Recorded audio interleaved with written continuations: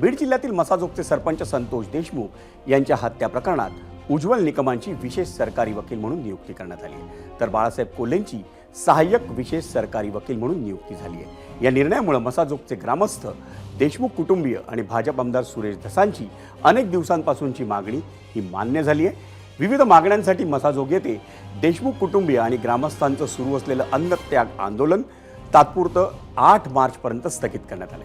तोपर्यंत उर्वरित मागण्या मान्य कराव्या अशी मागणी ग्रामस्थांनी केली आहे। यावेळी सुरेश धस, बजरंग सोनावणेंनीही आंदोलनस्थळी उपस्थिती लावली होती। दरम्यान मसाजोग प्रकरणात नियुक्तीबाबत उज्ज्वल निकमांनी काय प्रतिक्रिया दिली आपण ते पाहूया। मी काल माननीय मुख्यमंत्र्यांना या संदर्भात कळवलं की सदरचा खटला चालवण्यासाठी मी तयार आहे। मत्स्याजोगच्या सर्व ग्रामस्थांना आवाहन करेल की आपण उपोषण हे सोडावं।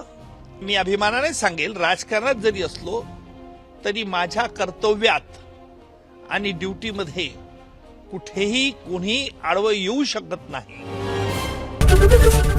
एबीपी माझा, उघडा डोळे बघा नीट।